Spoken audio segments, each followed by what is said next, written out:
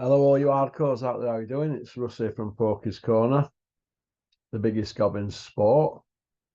Just waiting for Julian to log on. We're going to do a part two. I'm just sat here with a packet of polos. Pop, pop, bang. Here we go. Hello, Julian. Yeah, I think we need to talk about that Boots anything because there's a bit of traction on that, and Pat Dan Rayfield's on about it, and a few other big hitters. Can you see him fighting Boots Ennis? Because that is a massive roll of the dice. Or has Eddie Hills decided it's time to cash him in? You have to wonder about that. It's a good question. You have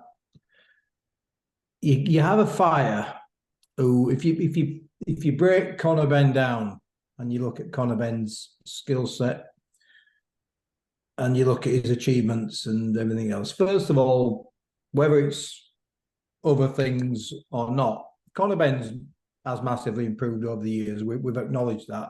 I guess we're asking the question why, or wondering why. But Conor Benn has improved over the years. But ultimately, as we've said, if you break it down, he leaped from domestic level, didn't he? Anybody who would have proved any kind of resistance whatsoever was bypassed. Fighters like Congo, Chris Jenkins, I think he would have beat Jenkins, but fighters like Jenkins and Congo were bypassed. Martin McKinson was given a massive wide berth, completely. They traded him in, didn't they, and put him in with Virgil Ortiz. And so Conor Benn, you got to say, well, okay, why have we bypassed really tough domestic operators? Some lucrative fights with guys like Marku, etc. And what we've done is we've started picking off names you've heard of, names who have been in with Spence and Crawford and everything else.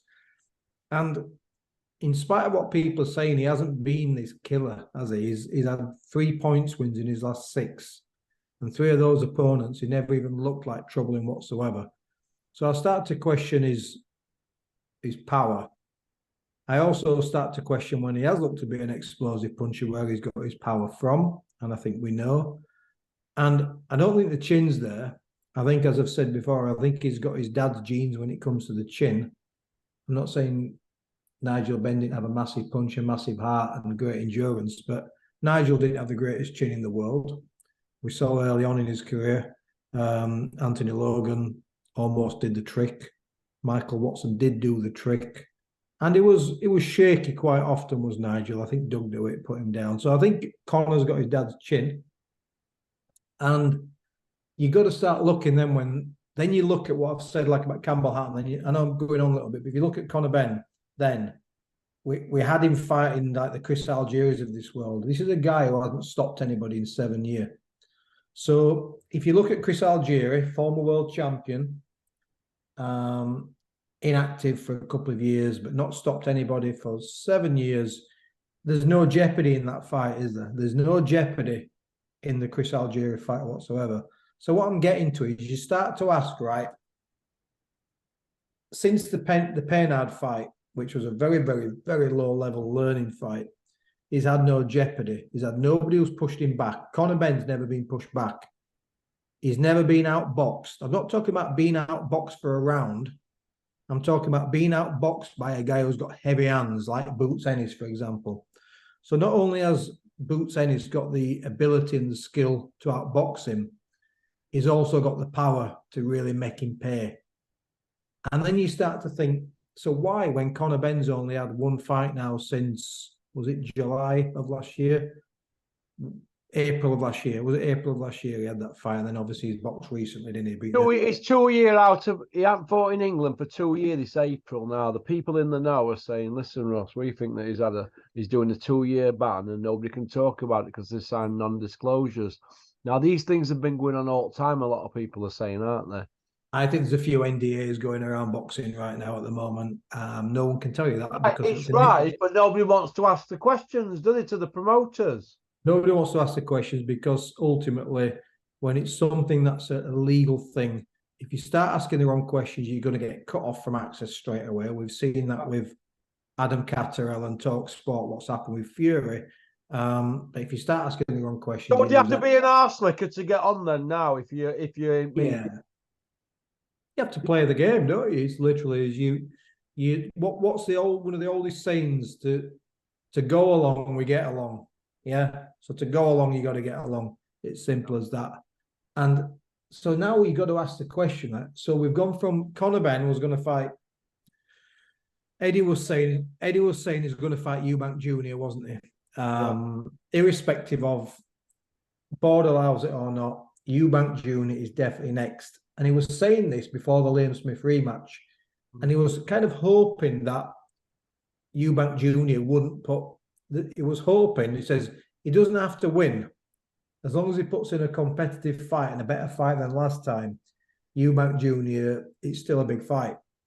Conor would be the favourite, but it's still a big fight. This is everything that Eddie was saying. And all of a sudden, what happens is what nobody expects. Eubank Jr does the job on Liam Smith, what he should have done and what we thought he'd do in the first fight. And all of a sudden, Eubank Jr can call the shots. He becomes the A side. Yeah. Conor's got the begging ball out. And if Eubank Jr decides not to go for that fight in February, he may go for it, he may not. He may not want to risk his situation with the border control, or they might offer him enough money to do that. I don't know. But Eubank Jr now, he's got options, hasn't he? Well, he's calling out Eni, isn't he? And Carlos in talk. Exactly. So he has options. He's not only now looking at, they were thinking he was going to come from 2 defeats to Liam Smith, and we'll still do the fight. 40% they were talking, weren't they, for him? And everything's changed now. There's 2 things that's changed. One, Eubank is absolutely sitting pretty now. He's coming off a one-sided win. He becomes the A side, but he's got options. That's one thing that's going on. And the second thing what's going on is Eddie now seems all consumed with, he didn't think he was going to get a lifeline in Saudi, did he? No. I mean, there's good things going on in the States with Eddie, but he didn't think he was going to get a lifeline in Saudi. And Frank's gave him a lifeline. And by the way, but Frank needed it though, didn't he, for Joshua, didn't he? They all need it though, because ultimately Frank can't deliver back-to-back solid cards for the Saudi with his own with his own network, can he? And his own stable of fighters and his own promotions. Everybody has to work together to give the Saudis what they want, and we applaud that. It's brilliant. It's fantastic. I'm certainly not going to moan at something we've been complaining about not getting what we want, and we're going to start to get, it looks like, what we want. But now Eddie, you're talking Saudi money, you're talking AJ in some big fights over there, crazy money. And suddenly, we're not hearing much about Conor Benn, are we? We're hearing the odd little snippet. You can find the little snippet. Frank Smith saying, we're still looking at doing the Eubank fight. You know, we're still trying to get that fight. But if that don't happen, Conor's asked us to look elsewhere. It's banned, mate. I believe it's because it's banned. So I think he's banned. So what do we do to stay relevant if we're Conor Benn? You call out the hottest welterweight in the world outside of Terence Crawford. Crawford's going to do what he's going to do. He's talking about moving up and huge super fights. So Crawford's out of the picture. What do? You call out the next hottest welterweight in the world, because it makes you look like you're a risk taker. It makes you look like you've got huge confidence in yourself.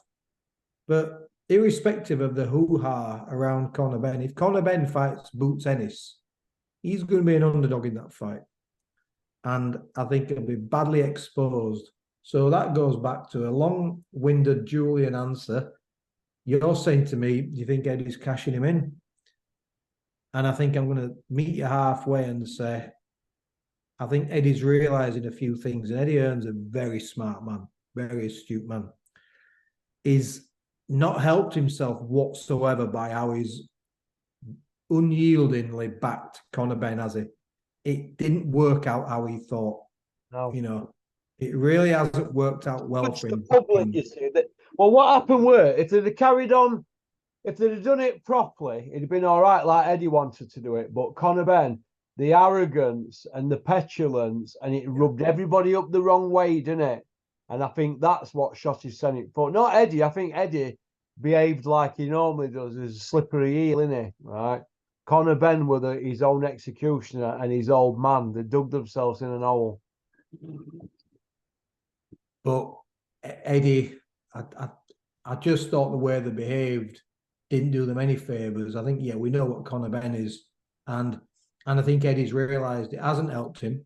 It hasn't helped Matchroom. And Matchroom is certainly bigger than Conor Benn. And there's so many things happened. And then the Conor Benn came back. He fought a guy with, on paper, a decent record, but a club level guy. And this kryptonite wasn't there, was it? This dynamite wasn't there. And I'm thinking, I'm wondering if Eddie's now thinking, perhaps I backed him too much. Perhaps I put all my eggs in one basket with all this stuff going on with the Saudis. The Saudis love a heavyweight, don't they? Let's be honest.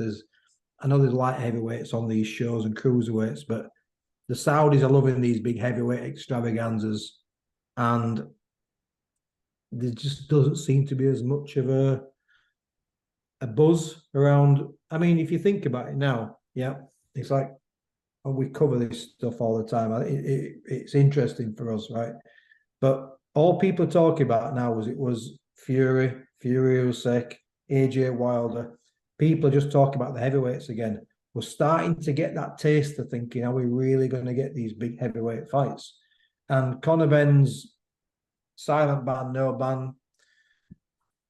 For me, he just doesn't seem that relevant anymore. He's not the trending fighter. He's old news now. He's just he's old news. He's not trending, is he? You know, no. We started the last one we did. We're talking about Benavides, yeah. He's not British, but we've got stars coming through in boxing. Yeah, we got stars coming through. We got all these kids coming through. You know, we're talking. I'm not saying he's a ready-made star, by the way, but I said to you we spoke a while ago. I said we got Paddy Donovan, and he's the Irish kid. He looks really, really good. But we've got stars coming through. We've got heavyweights coming through. We've got Isa Satoma. We've got fighters coming through. And I don't know if it's my imagination, because I don't particularly care for Conor Benn. There doesn't seem to be many trending stories at the moment around Conor Benn. And I'm wondering if Matchroom and people, because they'll do silent polls, they'll look at the data, they'll look at the analytics, and they'll look at all this stuff. And I'm just wondering if they're thinking, you know what, there's not this massive clamour right now for Conor Benn against Eubank Jr. One, we haven't cleared the situation up with the border control, or have we? Or is it a silent ban? But two, as I said, there's all this, people now are wanting to see, they want to see Wilder and Joshua on the same bill. It'd be a real good chance to compare them on the same night, whet the appetite for that fight, because we can't believe that the Saudis are going to put them on the same bill and then not insist that they fight each other, can we? I think that's clearly the plan that the Saudis are doing. And then we've got Fury and Usyk. It looks like we're going to get two fights there. Who knows what's going to happen there? And I'm repeating myself, but Conor Benn, you know, when I get Google News and I get stuff like that, and I see stuff pop up on YouTube. I'm not seeing much on Conor Benn popping up at all right now. And I think if the public are going a little bit cold on it, maybe Matchroom are as well. I mean, they might announce the Eubank fight, but I think that Eubank's in driving seat with that, and also he can't wait for Conor Benn. He's got his own career to deal with. But Conor Benn's 28 next birthday. Boots Ennis is younger than him. So what's Eubank? So what's Eubank Jr. now? Is he 33, 34? So Eubank Jr. is going to wait around now for an unproven welterweight before he can move his career. It's not going to happen, is it? And why all of a sudden start talking about Boots Ennis, a kid who's looks like the heir apparent at welterweight? He's got the full package, hasn't he? And Virgil Ortiz, I don't know if he's going to do 154 or 147, but Conor Benn's not very relevant, mate. There's a perfect storm going on with this guy. There's the fact that people don't like what's happened over the last 18 months or so. People really don't like what's happened. He's come back and he's had it was a wide win, but it was an unconvincing win against a low-level fighter. You got Eubank Jr, who suddenly the public like him and he's had some vindication. You got all these things going on at heavyweight, and Conor Benn, he's suddenly not going viral now, is he?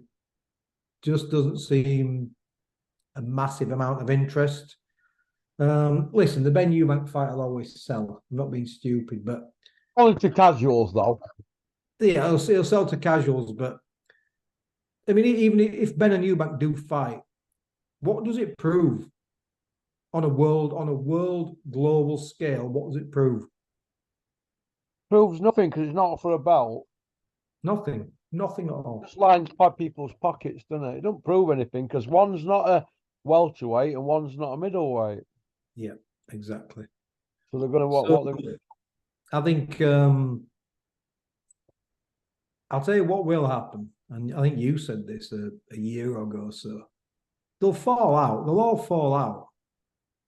Oh yeah, get ready. Ben and they'll fall out. They'll fall out with Matchroom. The Bens fall out with people, don't they? Everybody. Yeah. Somebody who this is how I look at it, right? Eubank recently is calling out Golovkin. He said he'll fight Saul Alvarez at 160, all that. Well, fair enough.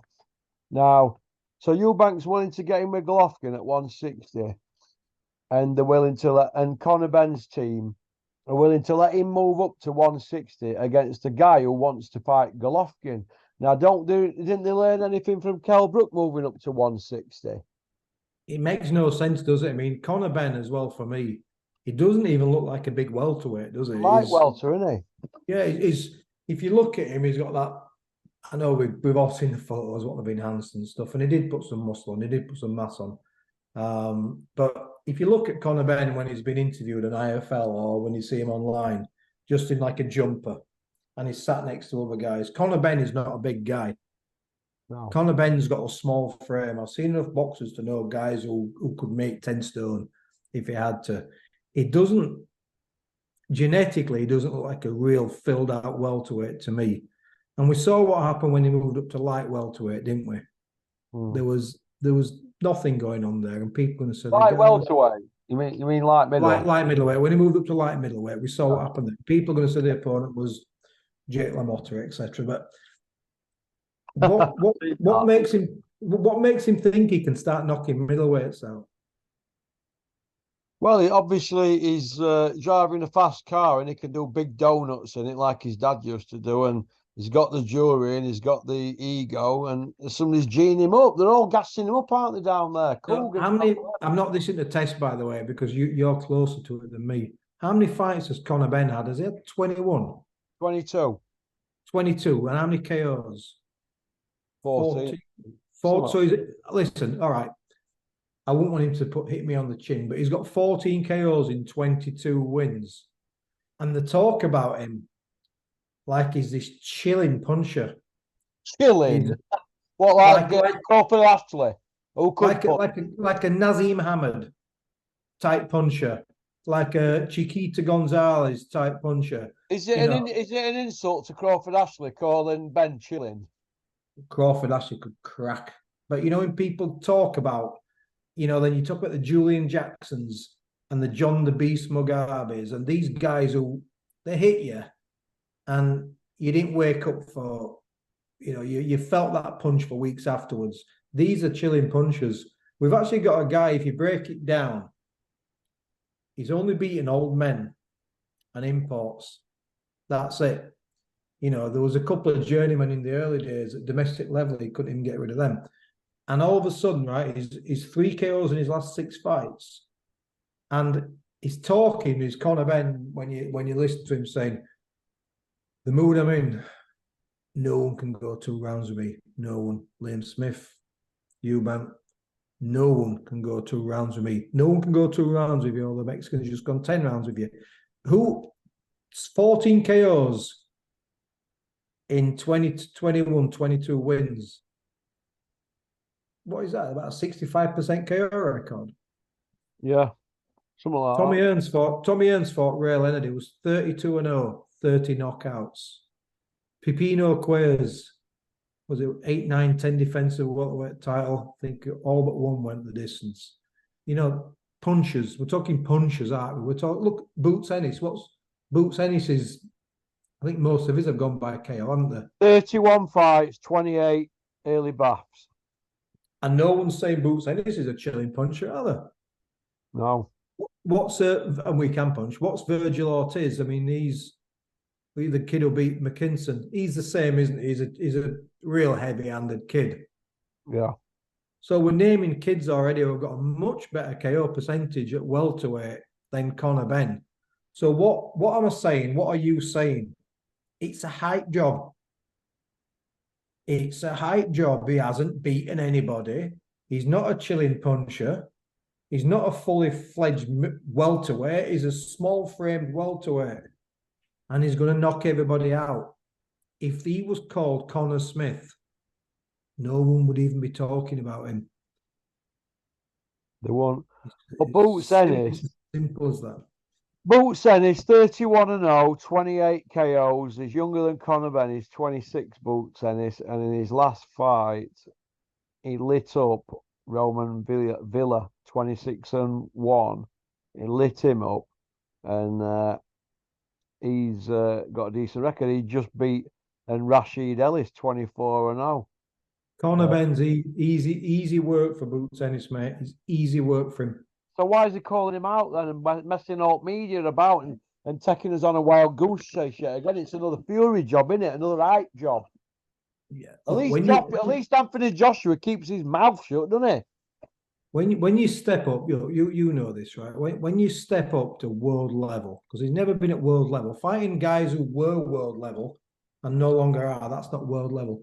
When you step up to world level, first thing what happens with Conor Benn, right? First thing that happens when you step up is the right hand that you throw and the left hook that you throw that might put someone over at a lower level. There's 3 things that happen against a real world-class fighter. The first thing that happens is you throw that big left hook and it misses. They'll slip it, they'll block it, they'll step away from it, they'll roll under it. That's the first thing that happens. Then the second thing that happens is when you do throw that big right hand and that big left hook and it does get through, nothing happens. And then the third thing that happens when you fight a world level operator is you throw that right hand, you throw that left hook, and they come back and they hit you harder and faster with a better punch. And that's levels in boxing. That's what happens. Because they've worked you out by about third or fourth round or something. Worked you out the Ennis sharp counter puncher. And so you imagine you're having like Benn's last fight, you're having it all your own way. You didn't knock the guy over, it's all your own way. What comes back is not quality. Anything that comes back is not quality. It's scrappy, it's rubbish. You fight a quality kid, you know, Terry will talk about this stuff. You know, when you see real quality kids spar, you can see the difference in levels and levels and levels. And Conor Benn hasn't had any jeopardy in any fights he's had. He's had people we've heard of.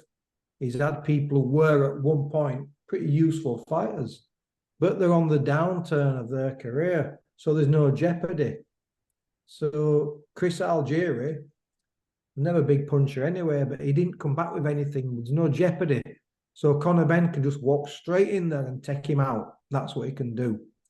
And even if he doesn't take them out, he can keep throwing shots because there's no jeopardy. There's nothing coming back. You fight a good kid, throw the shot, he slips away, pops a jab in your face. Hang on a minute, what's going on here? You walk him down, you double phase him, you throw right hand, you throw left hook. Yeah, he blocks the right hand, he catches a left hook and he throws a left uppercut and he spins off and then he nails you with a jab.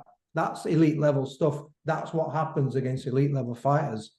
And then you're a Conor Benn, you just think, what's going on here? I didn't expect that. And he'll just crumble. He'll crumble. He's an absolute hype job. He's a hype job, mate. It'd be like Frank Bruno against Tim Witherspoon, won't it? When Frank Bruno thought, oh, this is easy work. And he just went through gears late on, didn't he, Witherspoon? Tim didn't really get in the best shape for that fight either, did he? No. He just, yeah. And that's a good example, actually, because, you know, Russell, I've not seen that fight for a long time. And I watched it about 6 months ago because I've chatted to Tim Witherspoon. I know you have. And I was always a fan of Witherspoon. And defensively, it was great. And that's a good example of what you just said. Because Bruno would throw the right hand against Witherspoon. Tim would just block it. He's a great defensive fighter. Second time he throws the right hand on the left hook. He hits Witherspoon. What happens? Nothing. Third time he does it, Witherspoon takes a shot, comes back with a better shot. I know I'm breaking it down. Game plan changed then, didn't it, with Frank Bruno? I didn't know what to do. And that's it. Bruno's the puncher. Well, Frank Bruno spoon-fed, though, up to then. Definitely. I know Bone Crusher had beaten, but it was, I mean, he got Jerry Coetzee absolutely. Jumbo Cunnings really beat him. Yes, and this is what we're talking about. This is the difference between, you know, Frank Bruno had a very similar career to Conor Benn. He had more fights, but Frank fought the guys who we'd heard of, didn't he? And they'd always say, this guy's gone 5 rounds with George Foreman. Yes, 8 years ago. Jerry Coetzee was a former world champion, WBA world champion. He beat Mike Dokes, but he'd been knocked out by Greg Page. He'd been inactive. He'd not boxed for a year. He was out of shape, and it was shot to shit. And it's a name that we recognise. We all recognise Chris Algieri as being a fighter who fought Manny Pac, and as somebody who's a commentator, and we recognise Chris Algieri. Yeah. And in your head, you're like, he's a good fighter. And Conor Benn's just wiped him out. But the reality is, he's soft, he's civilised, he's not active, and he's getting a few quid. And this is boxing through and through, and this is what I was talking about in part one.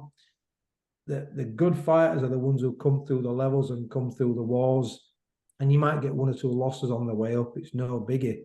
But when you protect a kid like Conor Benn and you hype him up that much, the hype he's had is completely not in relation to his ability or his accomplishments.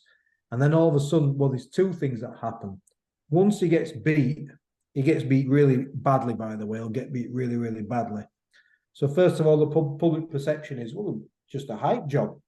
But what also happens is to the fighter's psyche, Anthony Joshua, John Ruiz, the fighter's psyche, who's believed that he's the second coming of Ali, and he's believed he's this truly unbelievable fighter, gets absolutely wiped out and then never the same again. And that's why the likes of Marvin Hagler were such great fighters, because they'd overcome adversity. They'd never been, you know, told they were special from day one. They'd had those hard fights and the losses and the wins and the draws, and they learnt the trade. He's an Hall of Famer, isn't he, Hagler?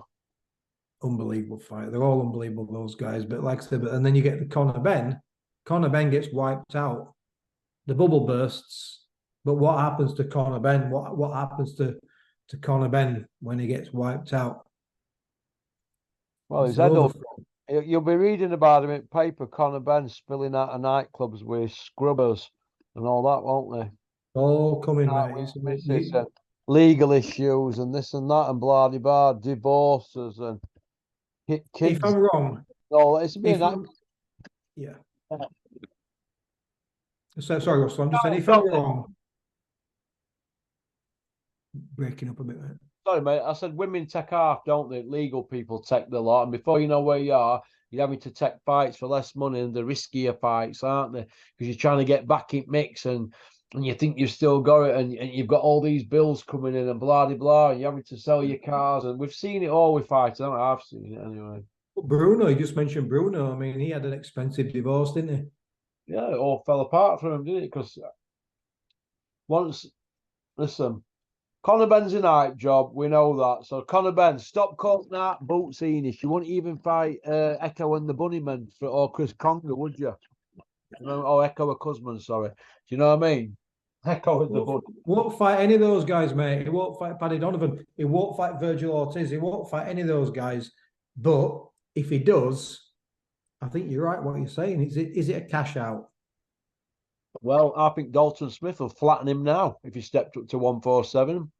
Well, Dalton Smith's one of those fighters, isn't he? He can do everything, guy. Yeah, he's good at everything, isn't he? Everything. That kid has got a great coach. His dad, he's absolutely brilliant at everything. But he's got that poise, hasn't he? He's got that quality, being able to stand ring centre. You know, Junaid Boston, he's another kid to watch coming through. These kids are rounded kids. They've got all the skill sets. They've got the ability. I mean, I watched Conor Benn on a bag and I watched Conor Benn in a ring, and I predict everything he's going to do. He's just like, he's nothing about him. I don't get it. I just Same don't old get it. what Baggy does, doesn't he? Same things all the time. Same combo all the time. Jab, stab to the body. Jab, stab to the body. Right hand dips down. Right up to the body. Left up to the body. Roll, double roll, hook cross, back out. Jab, stab to the body. It's like that's what he does, and he goes back on the ropes. He was doing in his last fight. He does that low, bending the waist thing that his dad used to do, trying to be like his old man. Mike Tyson used to do that though, didn't he? A lot, didn't he? That rolling thing. But Conor does it, and it's like is it against a level where the fighters he's fighting don't know how to combat that. They don't know what to throw against a kid like that. You find him against a good kid like Boots Ennis, who will just step back ring centre and automatically straighten him up. Yes. Candy from a baby, mate. Candy from a baby. I think I haven't studied it enough. You know, I'm not as close to it as you guys, and Kent could probably answer this for me. But I bet if you ask Kent, and this isn't because we're hating on Conor Benn, this is because we're just exposing the hype bubble. If you said to Kent, name 10 fighters who could beat Conor Benn at welterweight, I bet he could name 15. Yeah. Now. I'm just not as close to it, that's all it is. All right then. The Adam Catterall Frank Warren beef, you saw it on TalkSport. Their rematch didn't go well. The Gad has had a lot of stick tonight on social media and yesterday. He sat silent through it. He piped up 4 times, each time to defend Bricktop. The third time he did it, Adam Catterall shoved his hand out and said, "Hang on a minute, you'll be quiet," didn't he? I've not seen it. Oh, well, the Gad, in my opinion, is supposed to be Team TalkSport, isn't he? Aren't they all supposed to be a team there? So The Gad, why to bat for Bricktop? the Gad is Team Gad. That's who he is. And what you're getting now is you're getting these, like I said, we've got 2 massive events coming up in Saudi, haven't we? Yeah. December and February. People want access. People do not. If you're going to attend any 2 events in boxing in the next 3 months, those are the 2 that you want to attend as a journalist, as a media man. If you're a fighter, you want to get your fighters on the bill, lower on the undercard, whatever. Everybody wants to be around the action in Saudi in December and February, and the Gad's no different to anybody else. So if that means that he can play the game and not go against Frank Warren and not go against, Fury, etc., the Gad's going to do what he's going to do, because that's what we've got him down for anyway, isn't it? There's no loyalty in boxing, and there's certainly no loyalty to TalkSport. If the Gad was offered a job as a publicist for the Saudis, what do you think he'd do? He'd say, "Tata, spot TalkSport." Absolutely. Well, he's already trying to get gigs out there, isn't he? They're all trying to get some of the Saudi wealth and the Saudi money, the Saudi oil, and I think it's funny how that the one decent person who has got something out of this is Joe Gallagher, and he's got it on his own merits. It's amazing that, because I've heard on the grapevine, and this is not off Joe, but I've heard there's a lot of people hanging out the back of Joe at the moment. Oh, they'll be wanting to. 2 years ago, we're sticking knife in. Joe will be having, like, honestly, bulletproof underpants on right now, because they'll be all wanting a piece of Joe's ass. Underpants. They're embarrassing. They embarrass themselves, mate, don't they? It's like, I bet Joe's thinking, Joe will be getting these messages from unknown numbers because they deleted them from his phone book. Yeah. They'll be going, "What do you want? Joe, how's it going, mate? Oh, long time no speak. What are you up to? Do you want to go for coffee?" They'll be rimming Joe Gallagher right now. Yeah, it's amazing, isn't it? And the irony is Joe's not got there from doing his arse licking himself, as he's got there from being a top coach and a good manager. We'll finish off on this one. Wilder and AJ. We mentioned something earlier about Crusher and Eubank, and Eubank's now the A side, or is due a bigger slice because of beefy. Wilder and AJ. Why are they going? Why are they on the same card and not just getting at it? You don't need all these warm ups, and it don't need to be built up. It's Saudi, isn't it? Biggest show ever in the world. Why does it need to be built up? Because you can have two big shows or four big shows. It's still a massive show. It's December 23rd. It's a massive show if they fight each other, if they don't. Everybody's talking about it. So you can have the prequel, which is December 23rd. And you can have Usyk and Fury in February, wherever it is. And then they'll probably they might be looking before the end of Riyadh season. Does it finish late March? Yeah. I wouldn't be surprised if they did the Wilder Joshua fight. March 9th, they've got a date penciled in. Ah, well, there you go. See, I didn't know that, so it's not a bad guess, is it? And I wouldn't be surprised if that's what they're going to do. Wilder March 9th. It's a big fight, isn't it? It's certainly an exciting fight, and it's not a fight I would put my mortgage on. I would go with Wilder, but I won't put my mortgage on it. We don't know what's going to happen, and I think that it's quite clever actually. People don't agree with me. They're saying they should just 7 years of wait for this, just get on with it now. But as long as we get to see it, I don't mind waiting a few months, as long as we get to see it. But what we haven't had in the past 2 to 3 years, we've not had activity from the big names at heavyweights, have we? No. So whilst we're all frustrated they're not fighting each other, what we've had in the previous, we've had Fury's been out, Bakoli's been out, Frank Sanchez been out. We've got all these fighters now who're starting to at least get out there. So we're boxing fans.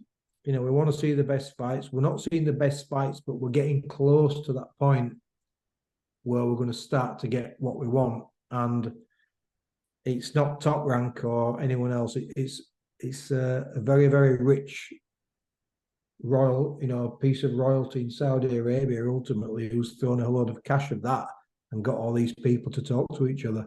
They've not done it because they've thought, come on now, let's make this work. Let's save boxing. It's someone outside of the sport's coming. Let's save our country or get our country out there, isn't it? That's what they're doing. And you just so look, I wouldn't go see a live fight anyway. I think the Dubai fight, Saudi fights, the atmosphere is not great. But if we get to see the fights that most people want, you know me, I'd rather see other fights at other weight divisions. But if we get to see, if most people want to see these big fights and we actually get them, I'm not going to complain about that. That's good for boxing. The money they'll earn, the fact that we're having to see, Eddie and all these guys suddenly becoming best mates, it's a bit sickly. They're all going to get a bit annoying. But ultimately, what matters to boxing fans is over the next few months, we get to see Wilder, Fury, Usyk, Joshua, and we get to see the big fights. Ultimately, that's all that matters. No one remembers the politics around the big fights of the last few decades. We just remember the fights, don't we? Yeah, that's true. Yeah. All I want to see, mate, I don't care about the politics. I just want to see who the number one heavyweight in the world is, and let's see some action. Yeah, and Tyson Fury's got to get fit because he's going to need to have a bit of movement and be agile against Usyk, isn't he? Yeah, and I don't know. I mean, I've always favoured Fury in that fight. I have. Quite strongly, actually. But you have to wonder if the decline's really set in. We do. Okie dokie. Well, listen. Thank you, Julian. My pleasure, mate. Watch out for that sun when you're coming over an hill. Cheers, buddy. See you all later. Yeah, God bless. Nice one, Russell. Cheers, mate. Well, that was Julian there. Enjoyed that. Nice two-parter for you. All right. Pop, bang. Go on, peace out. Big shout out to Frankenberry. And we've got Danny on as well this week from Bury. Danny Ransom. Peace out.